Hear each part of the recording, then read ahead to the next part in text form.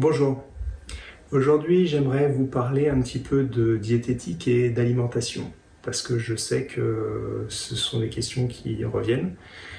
Pendant cette période de confinement, comment réussir à perdre du poids ou au moins à le maintenir? Je vais essayer de répondre à ces questions sans vous donner une recette miracle, parce que malheureusement elle n'existe pas. On est tous différents et notre organisme réagit aussi différemment. Mais plutôt essayer de vous donner des apprentissages, vous apprendre pourquoi l'organisme fonctionne de cette façon, et donc pouvoir comprendre pour pouvoir appliquer. En fait, c'est un petit peu ma méthode. Je trouve que lorsqu'on sait pourquoi on fait les choses, on les fait de façon plus durable et plus facilement. Donc premièrement, on va parler du métabolisme de base. Le métabolisme de base, c'est quoi? C'est la consommation énergétique incompressible due au fonctionnement de notre organisme au repos le plus complet. Donc c'est la consommation d'énergie que nécessite l'organisme juste pour survivre, pour que le cœur batte, pour que les poumons respirent, pour que la tête fonctionne et que les réactions énergétiques se fassent dans notre organisme. Et ça vraiment au repos le plus complet. Et ce qu'il faut comprendre, c'est que ça représente 60% de notre apport alimentaire quotidien. Donc la plus grosse partie sert juste à faire, entre guillemets, survivre l'organisme. D'accord ? Le métabolisme basal, il est influencé par beaucoup de choses au quotidien, donc il va varier, il n'est pas fixe. Il est notamment influencé par la cigarette, par les régimes un peu trop stricts ou mal faits, il est influencé par les maladies, par les problèmes hormonaux, on le sait aussi, et il baisse progressivement avec l'âge.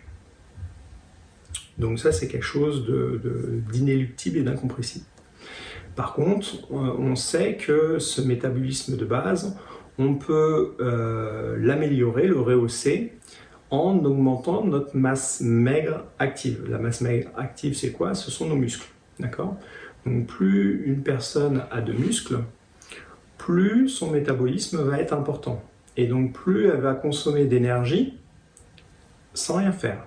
On vient de dire, c'était notre apport énergétique au repos le plus complet.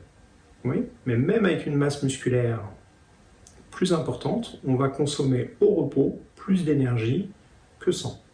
Donc c'est là l'intérêt. Donc mon premier conseil, il sera de faire du renforcement musculaire, bien sûr, voire de la musculation, pour faciliter donc cette perte ou contrôler en tout cas notre poids. Plus on a une masse maigre active importante, meilleur sera notre métabolisme. Donc ça, c'est le premier point. Deuxièmement, les 40% donc restants, ce sont la partie variable et c'est la consommation, donc le besoin d'énergie qui est influencé par notre activité quotidienne. Il est en deux parties. L'activité quotidienne, je dirais, influencée et induite par notre vie quotidienne, nos déplacements, notre travail, notre heure de réveil, de coucher, ce qu'on fait entre les deux, tout ce qu'on fait entre les deux, même tous les petits pas du quotidien, toutes les activités du quotidien font partie de cette activité et de ce besoin énergétique. Après, l'activité sportive, elle est importante, elle va être en plus de cette activité quotidienne, mais détrompez-vous, c'est l'activité quotidienne qui va être plus importante, ou en tout cas principale, par rapport à l'activité sportive. Si on prend un peu les chiffres, 1 heure, 3 heures, 4 heures de sport par semaine, ça représente quoi face à peu près 100 heures d'éveil par semaine, hebdomadaire. Donc voilà, les personnes qui font 1 heure de sport par semaine, voire 2, 3, 4 heures de sport par semaine, voire un peu plus pour certains, mais qu'est-ce que ça représente face à 100 heures d'activité au quotidien? Sur ces 100 heures d'éveil quotidienne, c'est là qu'il faut penser à avoir des petits déplacements, plus de petits déplacements, plus d'activités, C'est ce qu'on répète tout le temps, de pas prendre la voiture pour aller acheter une baguette de pain qui n'est pas très loin, ou on parle aussi, nous, d'aller chasser la nourriture lorsqu'on est à son travail, de pas forcément aller au restaurant le plus près, mais d'aller voir un petit peu plus loin s'il n'y a pas meilleur en plus. Ces 5-10 minutes de marche, aller, donc 20 retours, vont être très importantes en fait pour cette activité quotidienne. Parce que tous ces petits pas cumulés rentreront dans cette activité et dans cette dépense quotidienne. Et c'est là vraiment l'intérêt d'avoir une vie active. C'est là où on se bat contre la sédentarité.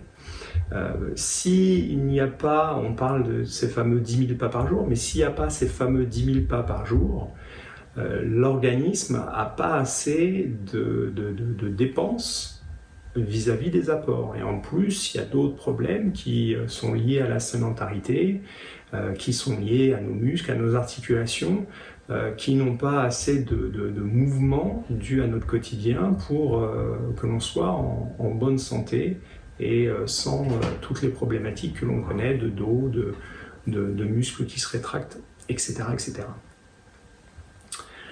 Donc, mon second conseil sera de ne pas négliger ces petits déplacements. Au contraire, il faut bouger, bouger, bouger, de n'importe quelle façon.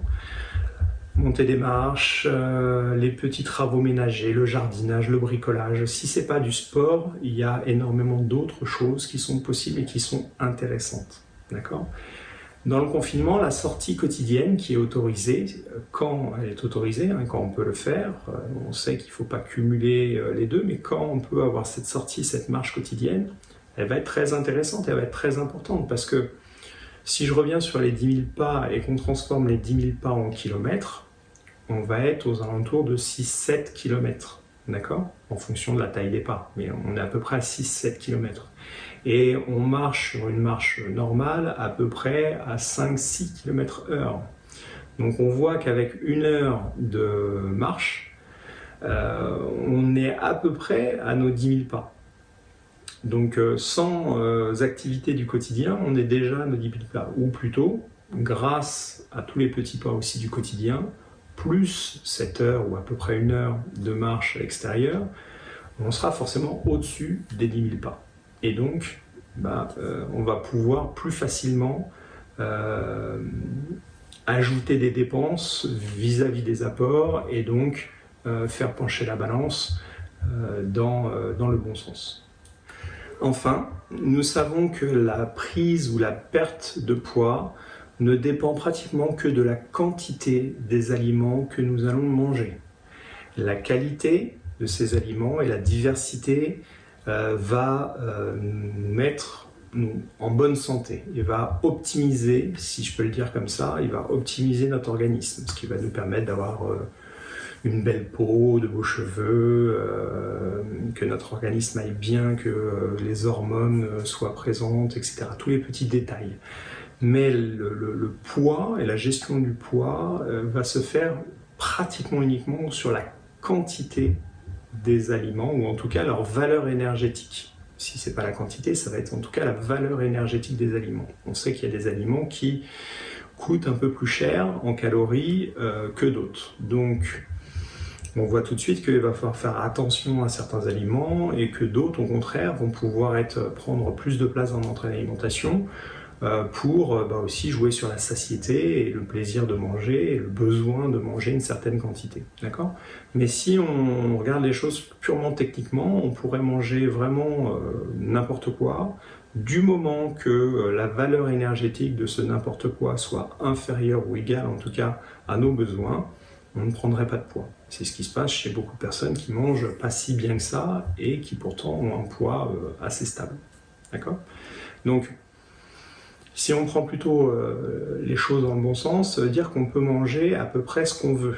Il faut juste faire attention aux produits qui ont une forte valeur énergétique, à eux, essayer de les freiner, de les réduire par rapport aux autres.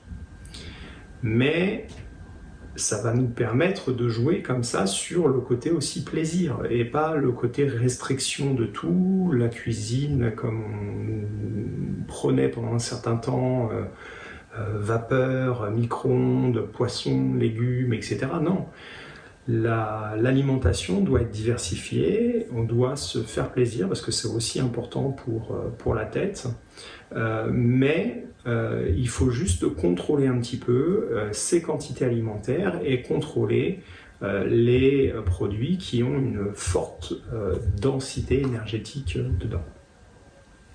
Mon dernier conseil, ça sera donc de porter vraiment une attention pendant les repas, à chaque instant. Un petit peu tous nos sens doivent être un peu en éveil pour aussi faire entrer le comportement, un petit peu la façon dont on a de manger et être en éveil pendant les repas pour sentir, apprécier chaque bouchée, et ce qui va permettre à notre tête, notre organisme, de quantifier aussi un petit peu plus facilement ce qu'on est en train de manger et déclencher des seuils de satiété, nous dire stop, j'ai suffisamment mangé, et donc de pouvoir aussi être en sensation de ressentir ce stop et de pouvoir l'écouter. Il faut mieux réduire un tout petit peu sur chaque repas que de sauter un repas, d'accord ? Donc si on est attentif pendant que l'on mange, on va pouvoir ressentir ce stop qui va arriver un petit peu dans nos sensations. On l'a dit souvent, hein, manger lentement, tranquillement, calmement, etc. Mais c'est ce qu'on voit dans les apéros un peu dînatoires, ou les brunchs, ou les cocktails, ou les choses comme ça, ou les personnes qui mangent devant la télévision, c'est qu'on va être captivé par autre chose et on va manger, on va ingurgiter des aliments sans vraiment les analyser, sans vraiment y porter attention, et on va se remplir. Et le fait d'être comme ça, captivé par autre chose, focus sur autre chose, ben, le stop et le j'ai plus faim ne va pas arriver, ou en tout cas on va pas s'en rendre compte. Et il y a un moment on va dire voilà, j'ai vraiment trop mangé, faut que j'arrête, je me suis pas rendu compte, d'accord ? Ce mécanisme-là, il est vraiment présent et il est vraiment dommageable parce que c'est comme ça qu'on peut facilement manger plus que nos besoins, d'accord ? En dernier conseil, je l'ai gardé pour la fin parce que c'est celui qui est cash, on va dire, qui fait prendre le plus de poids le plus facilement. Ce sont les sucres, et les sucres à un index glycémique élevé pris seul. Les sucreries, les produits vraiment au goût sucré, les sodas, voilà, vous connaissez la liste, on en parle assez souvent. Mais dû à leur réaction sur l'insuline dans le corps, il y a un stockage qui est facilité, qui est immédiat en 20-30 minutes, pas plus. Donc vraiment, ce sont des produits dont on n'a pas besoin, diététiquement parlant. Donc on essaye de les éviter, de les supprimer progressivement de notre alimentation. Et il en va de même sur l'alcool, qui sont des calories vides, mais qui apportent des calories, et beaucoup de calories. Pareil, qui vont nous faire faciliter à la prise de poids. Voilà, c'est pas évident de condenser ça en quelques dizaines de minutes, mais j'espère que cette petite vidéo pourra vous éclairer un petit peu sur cette alimentation, ces règles un petit peu de base de la diététique. N'hésitez pas à me laisser en commentaire si vous n'avez pas compris vraiment ce que j'essaie de vous expliquer, ou même si vous avez compris, si ça vous a vraiment aidé. Voilà, les retours sont toujours intéressants aussi pour moi. Le petit pouce bleu aussi, il est intéressant parce qu'il me permet de continuer, me garder le moral, on va dire. C'est un lien. Merci, à bientôt.